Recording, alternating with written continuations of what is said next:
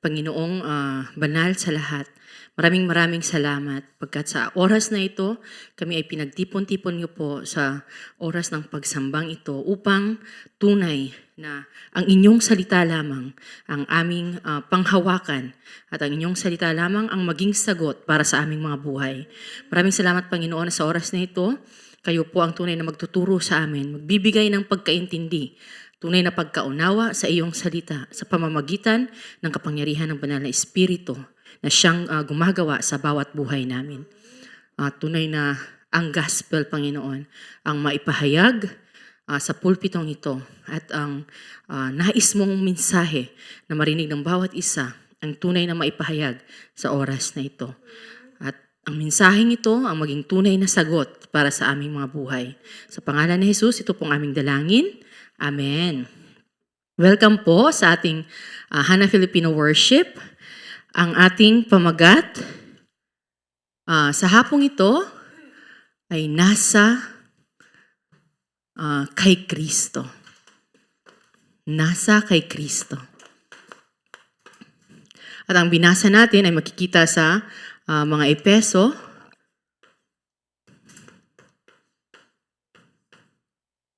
isa, 3 hanggang 13.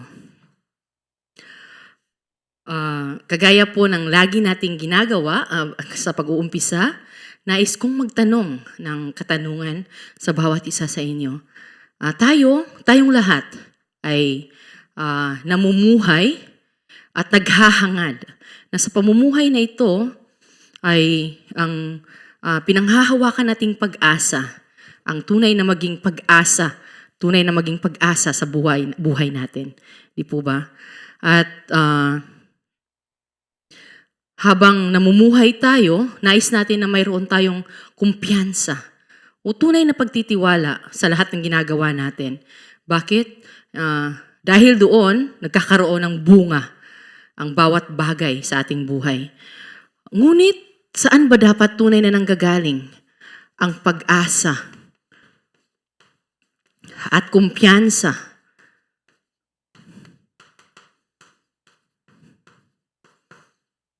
na dapat nating panghawakan sa buhay na ito? Maraming tao sa mundo, iniisip natin na ang pag-asa ay mahahanap sa mga bagay-bagay na pwede nating makamit sa araw-araw habang ginagawa natin ang ating mga dapat gawin o inilalaan natin ang ating sabihin natin lakas sa bawat bagay. Halimbawa, kung nagtatrabaho ako ng mabuti, di ba? May pag-asang umangat ang aking kalagayan sa buhay. May ganoon tayong hinahawakang pag-asa. At kung ako ay may talento, ako ay may karunungan, ako ay may pinag-aralan, may kumpiyansa ako na makamit ko ang bawat pangarap na pinapangarap ko sa buhay. O di kaya ang pinaplano ko sa buhay na ito ay magkakaroon ng kaganapan o katuparan, ika nga, sa buhay na ito. Ngunit, saan ba dapat o kanino ba dapat nandoon ang tunay na pag-asa at kumpiyansa na tunay na nagbibigay ng sagot sa buhay ko? Ito ay walang iba kundi sa lagi nating pinag-uusapan at tanging dapat nating pag-usapan, ang gospel.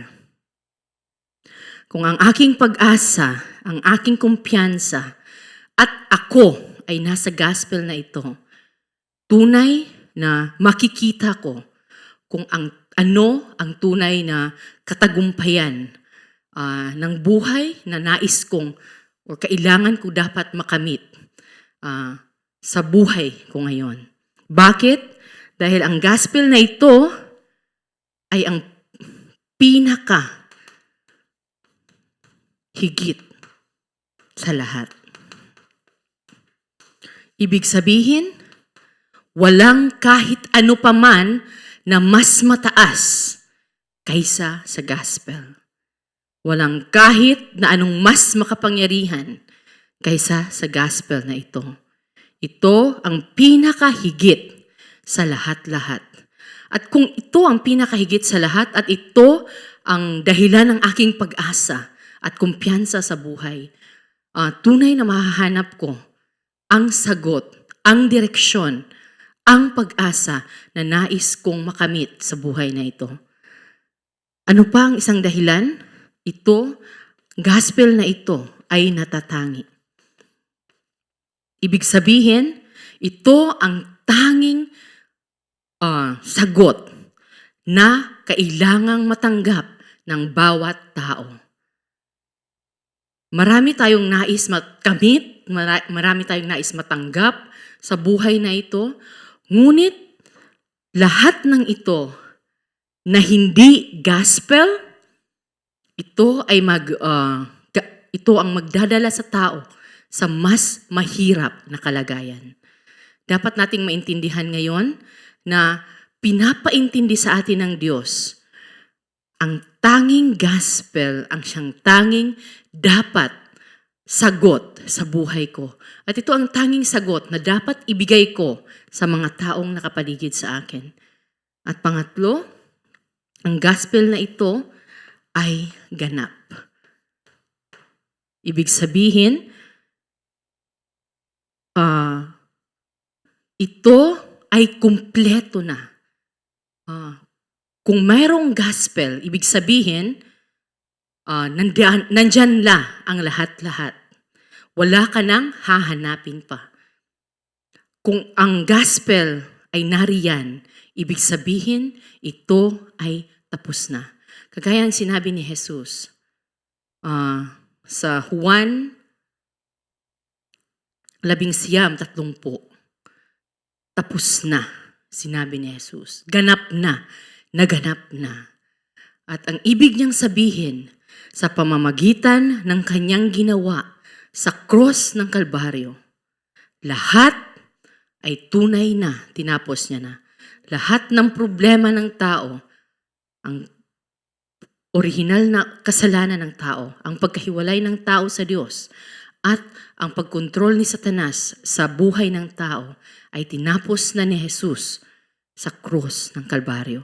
At yun ang dapat nating unang-unang maintindihan at maging pag-asa at kumpiyansa ng ating buhay. Bakit? Kung maiintindihan ko kung saan ako nanggagaling, alam ko kung ano ang kailangan ko upang ako ay makapagpatuloy. Ito ang dapat nating maintindihan ng mabuti. At ang buhay ko ay dapat nakapanig sa gospel. Kung narinig nyo yung mensahe ng nakaraang linggo,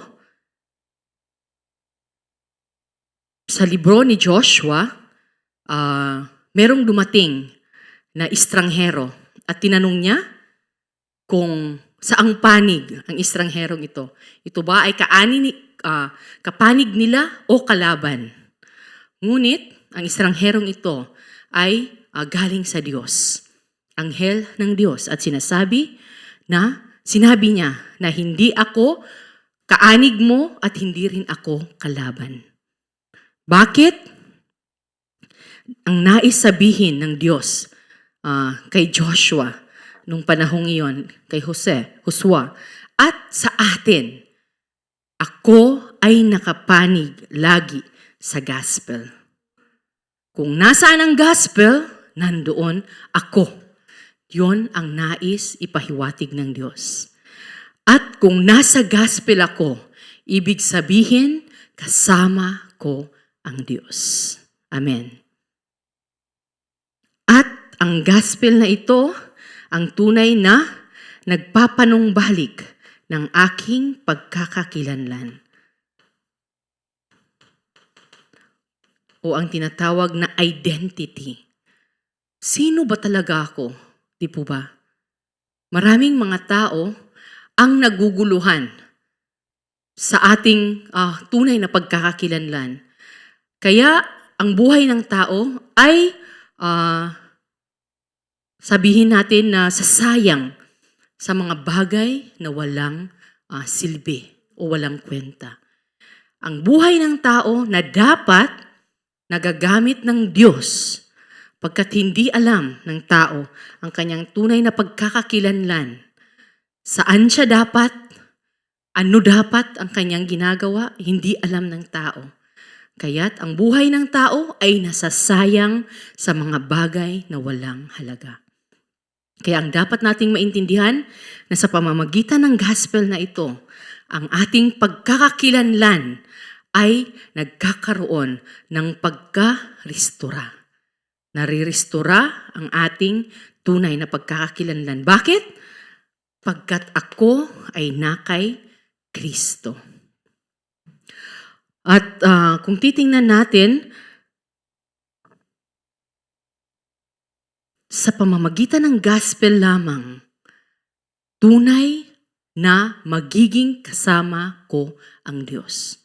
At tunay na makikita ako ng Diyos at magagamit ang buhay ko. Ngunit, maraming tao ang nag-aakala na pagkilala nila ang Diyos, pag may ideya sila patungkol sa Diyos, di po ba? Pag narinig ko na may Diyos, at siguro, totoong may Diyos, at nasubukan ko na ring manalangin sa Diyos at nakatanggap ako ng sagot. Akala ng tao, tunay, nakasama niya na ang Diyos. Ngunit sinasabi, kung titingnan natin ang nasa Mateo 7:23, basahin natin.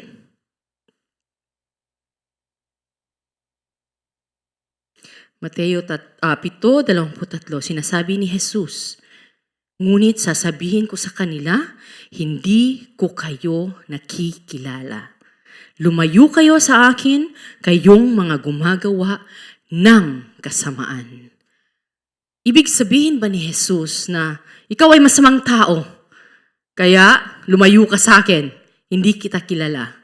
Ginawa mo to, ginawa mo yan, ginawa mo to, lumayo ka sa akin, hindi kita kilala. Ito ba ang ibig sabihin ni Jesus? Dapat nating maintindihan bakit dapat ako ay nasa gospel. Bakit? Kung walang gospel, tunay na hindi ako kilala ng Diyos. Hindi ako kilala ng Diyos. Bakit? Bakit ang buhay natin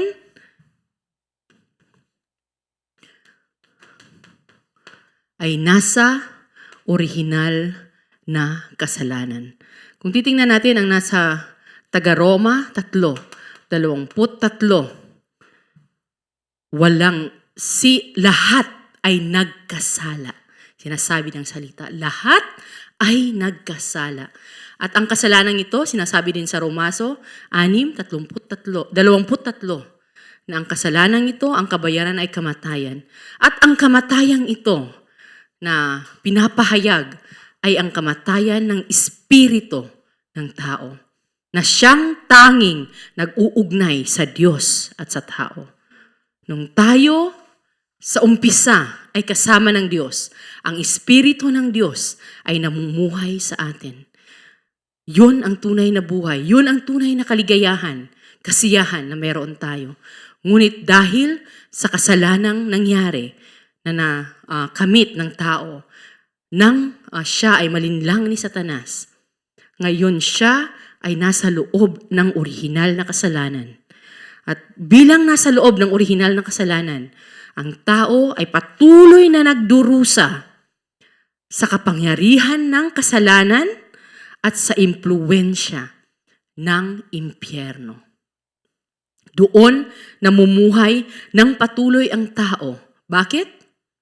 Bakit hindi? Dahil siya ay hindi nakaugnay sa Diyos.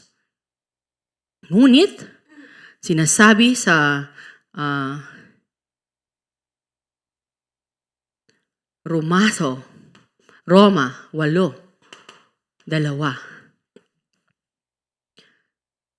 Basahin natin sa Taga-Roma 8.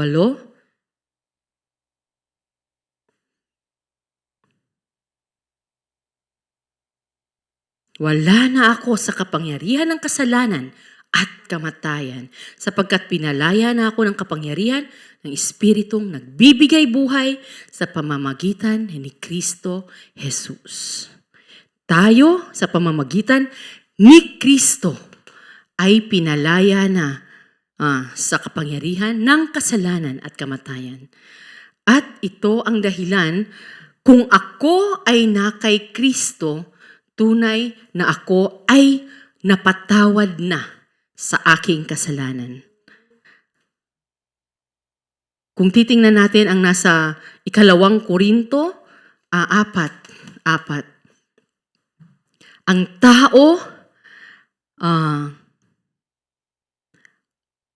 Ang tao ay nabubulagan. Ang kanilang mga isip, ang mga hindi mananampalataya, ay nabubulagan ang kanilang mga isip dahil sa Panginoon ng mundong ito. Diyos ng mundong ito. At ang pagkabulag na sinasabi dito ay hindi makita ng tao na mayroong Diyos. Kahit isipin natin, alam ko na may Diyos. Alam ko na nalangin na ako sa Diyos. Ngunit kung tunay akong ikaw ay wala kay Kristo at tunay na hindi mo pa natanggap ang gospel na ito sa buhay mo, ikaw ay nakahiwalay sa Diyos. Bakit? Ikaw ay nabulagan ng Diyos ng mundong ito. Ngunit si Jesus ay dumating at sinabi niya, ako ang daan, ang katotohanan at ang buhay. At walang makakabalik sa Ama kundi sa pamamagitan ko. Si Jesus na siyang naging Kristo, sinabi niya mismo na siya ang tanging paraan upang makabalik sa Diyos. Siya ang tanging katotohanan upang tunay na maintindihan ng tao na kailangan niyang makabalik sa Diyos. At siya ang tunay na buhay.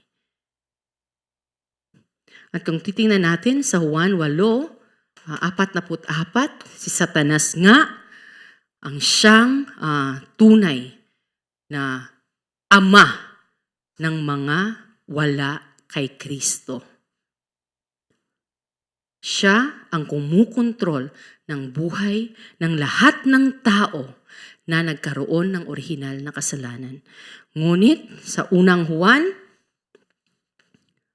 3:8, naparito ang anak ng Diyos upang wasakin ang gawa ng kalaban, ang gawa ni Satanas. Kaya kung titingnan natin, kung ang buhay ko ay tunay na nakay Kristo na ngayon, ako ay magkakaroon ng tunay na pagkakakilanlan bilang anak ng Diyos. Ako ay anak na ng Diyos kung tunay na tinanggap ko si Jesus. Sinasabi sa Juan 1:12, kung siya ay iyong tatanggapin at pananampalatayaan bilang iyong Diyos at tagapagligtas, ikaw ay binigyan niya ng karapatan na maging anak ng Diyos. At ang biyayang ito ay binigay ng Diyos bilang grasya para sa bawat isa sa atin. Hindi upang gumawa pa ako ng kung ano-anong bagay. Hindi para may patunayan pa ako sa sarili ko, kundi ang tanggapin at panampalatayaan si Jesus bilang Kristo ng aking buhay. Napakasimple. Ito ang nais ng Diyos. At sa pamamagitan nito, ang aking nakaraan, ang aking ngayon, at ang aking hinaharap ay lahat nagkaroon na ng solusyon. Ang problema ko noon, ngayon at sa hinaharap, tinapos na kung ako ay tunay na kay Kristo. At ang kaligtasang ito ay kumpleto at tunay na perpekto. Wala na akong dapat idagdag, wala na akong dapat tanggalin pa. Minsan sinasabi natin na tinanggap ko si Kristo, di po ba? Ngunit, ginagawa ko pa rin to. Or nagagawa ko pa rin to. Ito pa rin ang kalagayan ng buhay ko. Ito pa rin yung pagkatao ko. Dapat nating maintindihan na tinapos na ni Jesus lahat. Ang dapat ko lang gawin ay tunay na tanggapin at panampalatayaan. Si Jesus na tumapos ng aking orihinal na kasalanan, naging daan upang ako'y makabalik sa Diyos at siyang tunay na sumira sa kapangyarihan ng kamatayan na si Satanas ang dahilan. Lahat ng ito ay tinapos niya na. Kaya ngayon, ako na nasa loob ni Kristo, na kay Kristo, kung titingnan natin ang nasa Efeso 1:3. Basahin natin.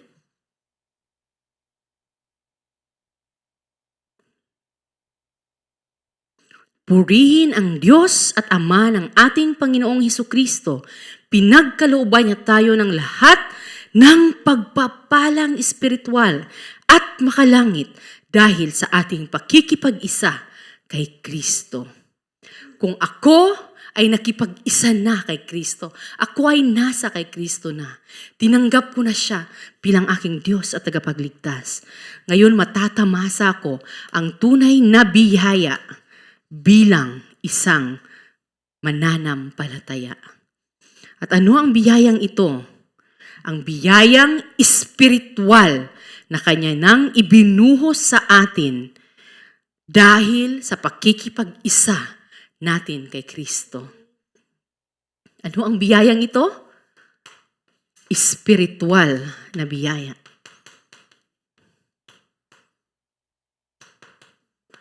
At kung titingnan natin, walang kahit anong pamang biyaya sa mundong ito na makakapantay sa espiritual na biyaya na binibigay ng Diyos sa bawat isa sa atin. Sa pamamagitan ni Kristo, ang paggawa ng Diyos ay magaganap sa buhay ko. Sa pamamagitan ni Kristo, ang salita ng Diyos ay totoo sa buhay ko. Sa pamamagitan ni Kristo, ang aking buong pamilya ay tunay na magkakaroon ng kaligtasan. Sa pamamagitan ni Kristo, ang aking kinaroroonan ngayon ay maliligtas. Ito ang tunay na biyaya na dapat nating panghawakan. At sa pamamagitan ng espiritual na mga biyayang ito, ang kapangyarihan ng Diyos ay tunay na kanyang ibubuhos sa pamamagitan ng kanyang salita. At ang salitang ito, ang tunay na magiging meditasyon ng aking buhay. At sa loob nito, tunay na ako ay magkakaroon ng pananampalataya.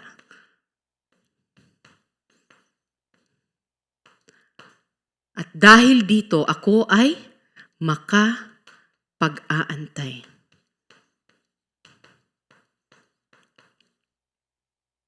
Kung ang buhay ko ay nasa loob nito, tunay na walang problema.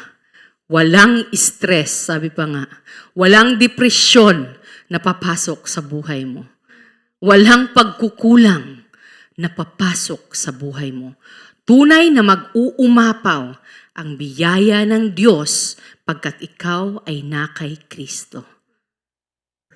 At sa pagpapatuloy, kung titingnan natin ang nasa ikaapat na verse, bago palikhain ang sanlibutan, pinili niya tayo upang maging kanya sa pamamagitan ng ating pakikipag-isa kay Kristo.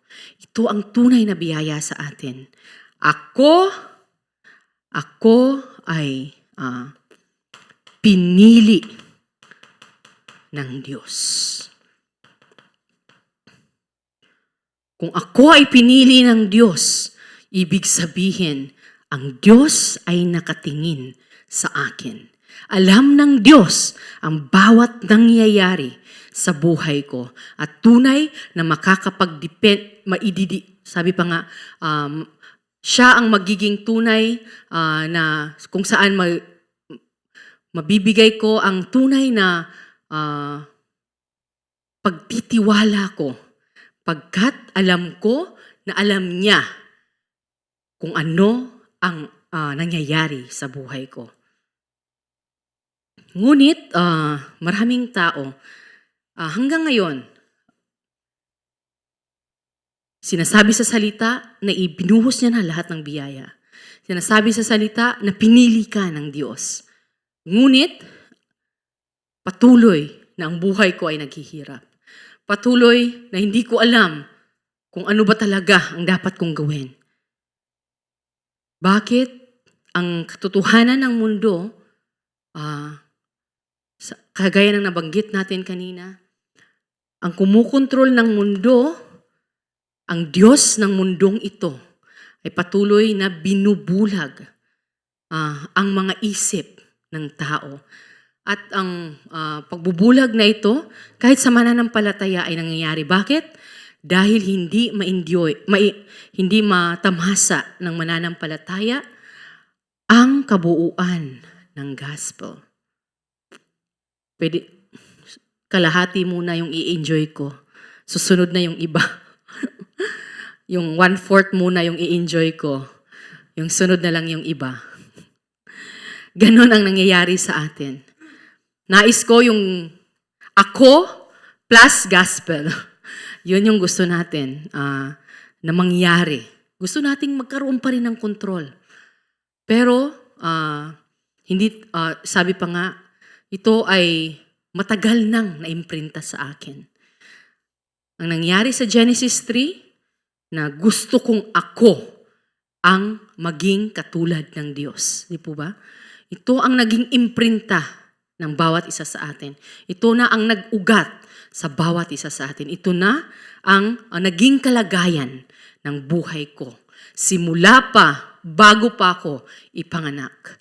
Kaya napakahirap sa tao na buong-buo na paniwalaan ang gospel. Ngunit sa pamamagitan ng grasya ng Diyos, patuloy na ibinubuhos ng Diyos ang katotohanan sa loob ng kanyang salita.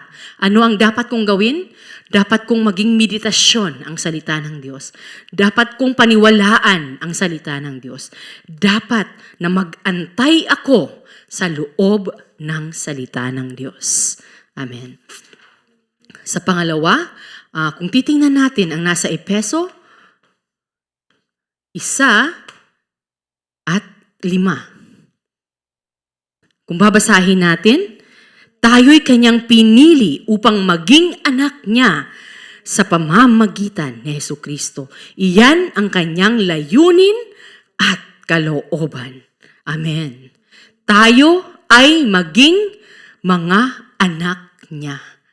Ito ang tunay kong pagkakakilanlan ngayon.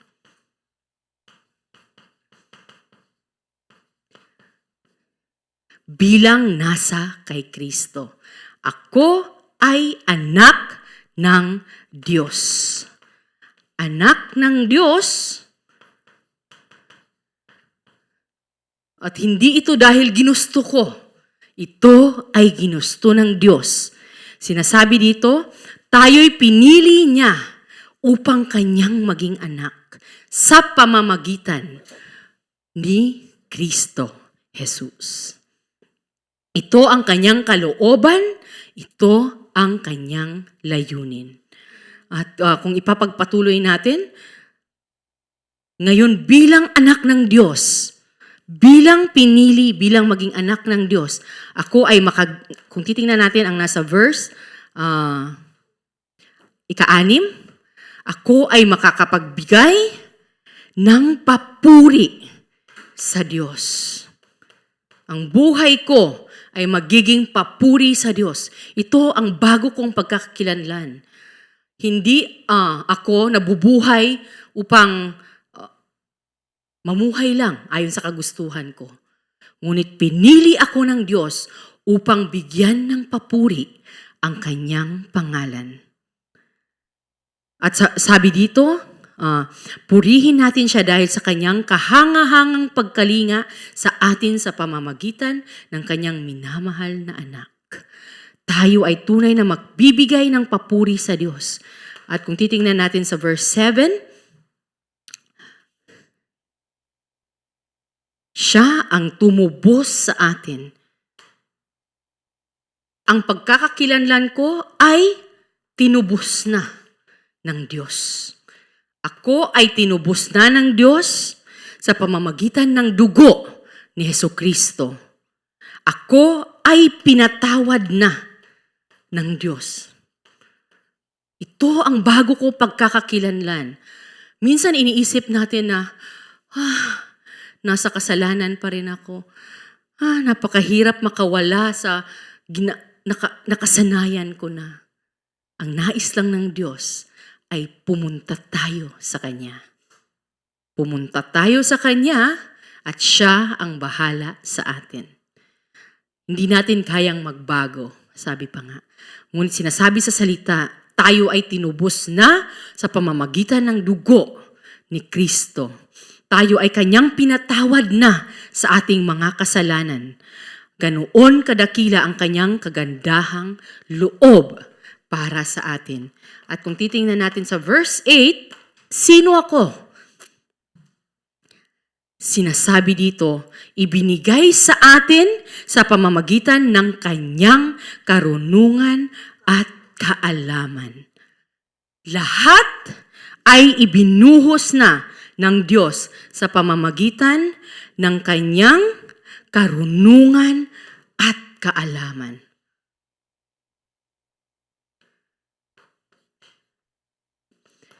Ibig sabihin, lahat ay ibinuhos na ng Diyos para sa atin.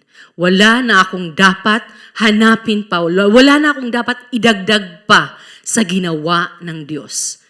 Dapat kong panghawakan ang ginawa ni Jesus at tunay na ma-enjoy ko ang kaligtasang aking natanggap sa buhay na ito. Pangatlo, kung titingnan natin ang nasa Efeso 1:9. Kung ako ay na kay Kristo,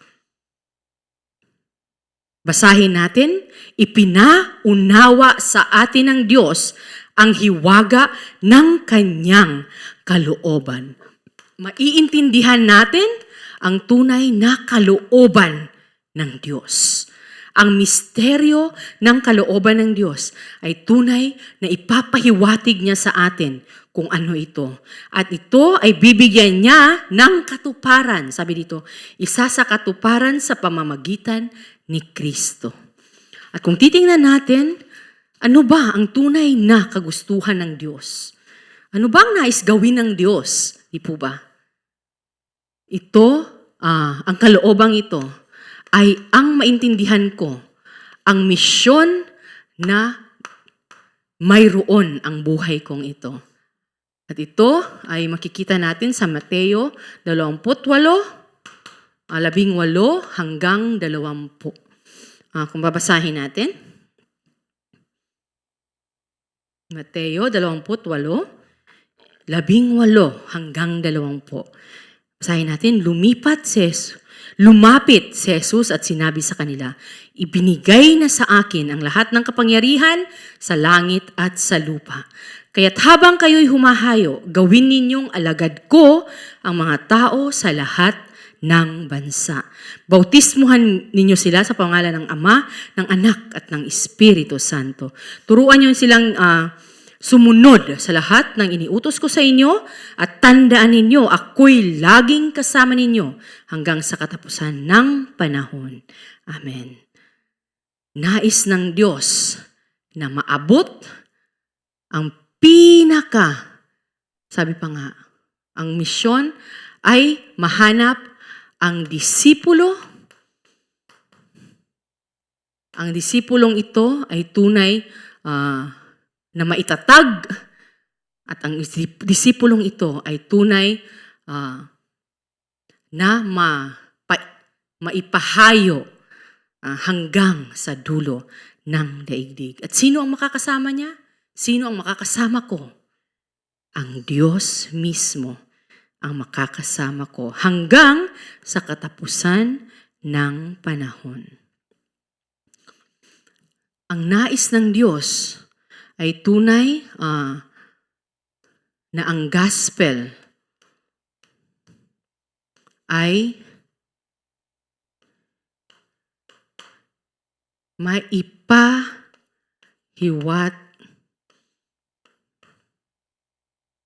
maipahiwatig, malalim, madala hanggang sa dulo ng daigdig. Ito ang pinaka nais ng Diyos, ang maibahagi ang gospel na ito. Hindi ito manatili sa aking sarili lamang, kundi habang ito ay aking tinatamasa o ini-enjoy, ito ay maipapasa ko sa aking susunod na henerasyon, sa aking buong pamilya, sa aking buong sambahayan, sa mga taong nakapaligid sa akin. Ito ang tunay na nais ng Diyos para sa bawat isa sa atin. At pang-apat, kung titingnan natin, nasa Efeso 1:12. Ang tunay na pag-asa.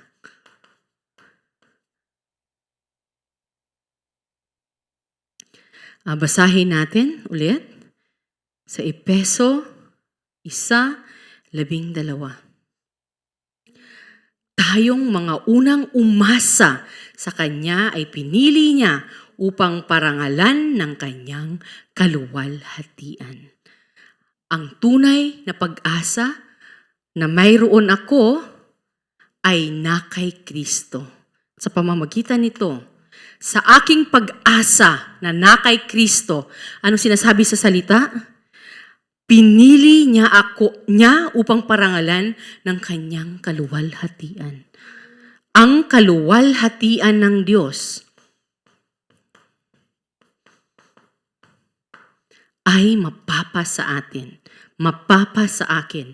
Ito ang buhay na pwede kong tunay na ipamuhay habang ako ay mayroong hininga. Ang buhay na nagbibigay ng kaluwalhatian sa Diyos. At wala nang mas sasaya pa sa buhay na nagbibigay ng tunay na kaluwalhatian sa Diyos.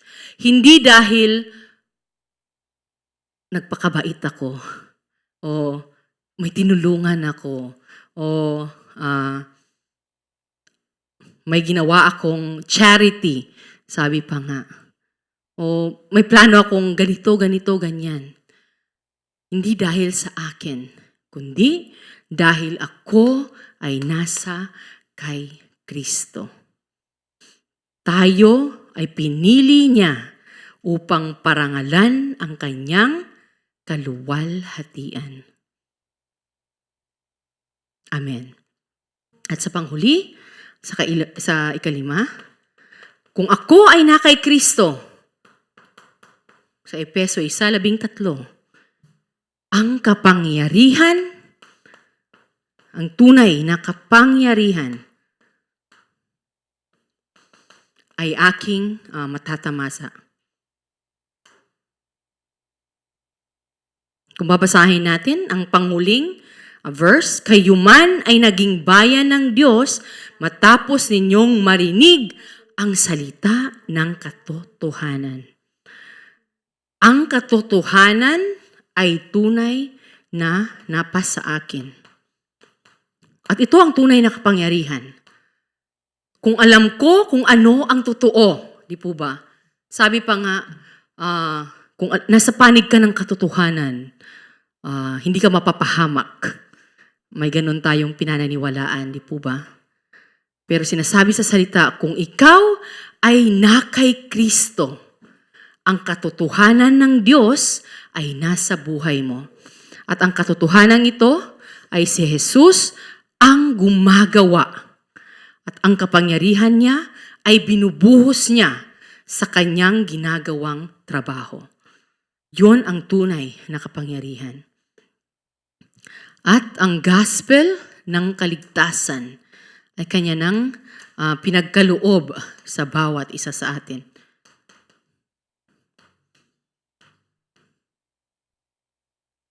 Ang buhay ko na tunay na nakatanggap ng kaligtasan ay may tunay na kapangyarihan upang mapagtagumpayan ang lahat ng bagay. Kung titingnan natin, nais nating magtagumpay sa lahat ng bagay, di po ba? Ngunit, mayroon laging limitasyon. Ito lang yung kaya kong gawin. Ito lang yung kaya kong maabot na katagumpayan.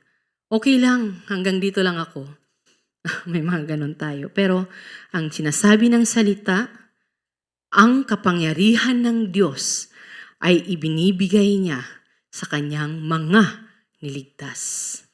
Tayo na kay Kristo, tayo na mayroong 100% pagtamasa sa gospel na ito, ay may kapangyarihan na paniwalaan siya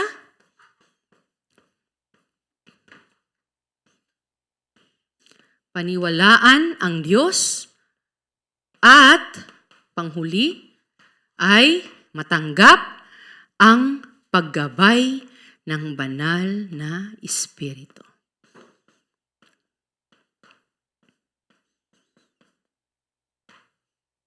Ito ang tunay na kapangyarihan na dapat kong matamasa sa buhay kong ito. At sa konklusyon,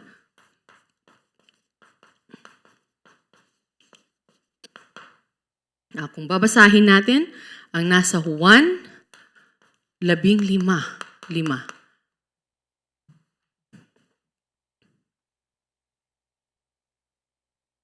Juan 15:5. Kung titingnan natin, ako nga ang puno ng ubas at kayo ang mga sanga. Ang nananatili sa akin at ako sa kanya ang siyang nagbubunga ng sagana, sapagkat wala kayong magagawa kung kayo'y hiwalay sa akin. Saan ako dapat manatili? Ako ay dapat nasa kay Kristo. Bakit? Sinasabi sa salita. Kung ako ay nakahiwalay kay Kristo, wala akong kayang gawin. Ngunit, kung kasama ko si Kristo, ako ay magbubunga ng sagana. At ito ang nais ng Diyos na ipatamasa sa atin. Ito ang nais niyang ibigay sa bawat isa sa atin. At nais niyang sabihin na dapat tayong lahat ay tunay na nakadepende kay Kristo. Hindi sa aking sarili. Hindi sa mundong ito, hindi sa kayamanan, hindi sa pera, hindi sa katanyagan. Ang buhay ko ay dapat nakadepende kay Kristo. Amen. At sa panghuli, kung titingnan natin ang nasa Galatia 2:22. Sino na ba dapat talaga ako ngayon? Hindi na ako ang nabubuhay ngayon, kundi si Kristo. Si Kristo na ang nabubuhay sa akin. At habang ako'y nabubuhay pa sa katawang lupa, mamumuhay ako sa pananalig sa anak ng Diyos na umiibig sa akin at naghandog ng kanyang buhay para sa akin. Amen. Ako na kay Kristo ay hindi na ako, kundi si Kristo na ang tunay na namumuhay sa akin. Amen. Tayo ay manalangin. Panginoon, maraming salamat. Pagkat sa hapong ito, Panginoon, tunay mong ipinahayag na ang buhay na mayroong kami ay iyong ibinigay sa amin. Kami ay pinili mo upang magkaroon ng kaligtasan at ang kaligtasan ito, Panginoon, ay aming ma-enjoy sa araw-araw, Panginoon. At ang buhay na ito na nag-i-enjoy ng aming kaligtasan ay ang buhay na tunay na gagamitin mo, Panginoon. Ang buhay na tunay kung saan ipapakita mo, Panginoon, ang iyong paggawa, ang iyong kapangyarihan at ang kaganapan ng iyong salita. Maraming salamat, Panginoon, pagkat ang bawat isa na kasama namin sa pagsamba, sa oras na ito, Panginoon, ay binigyan mo ng biyaya na maintindihan ang iyong salita, ng biyaya na tunay na panghawakan ang iyong salita, at ng biyaya na manatili sa iyong salita. At ito ang tunay na bagong pagkakakilanlan na ibinibigay mo sa bawat isa sa amin. Bigyan mo po kami ng pagkatagumpayan sa pang-araw-araw na pagsamba, Panginoon, na hanapin namin ang iyong salita sa araw-araw at ang buhay namin ay nasa loob ng iyong salita sa araw-araw. Maraming salamat, Panginoon, na hindi ito sa pamamagitan ng aming lakas, kundi sa paggawa at kapangyarihan ng Diyos sa pamamagitan ng banal na Espiritu. Sa pangalan ni Jesus, ito pong aming dalangin. Amen.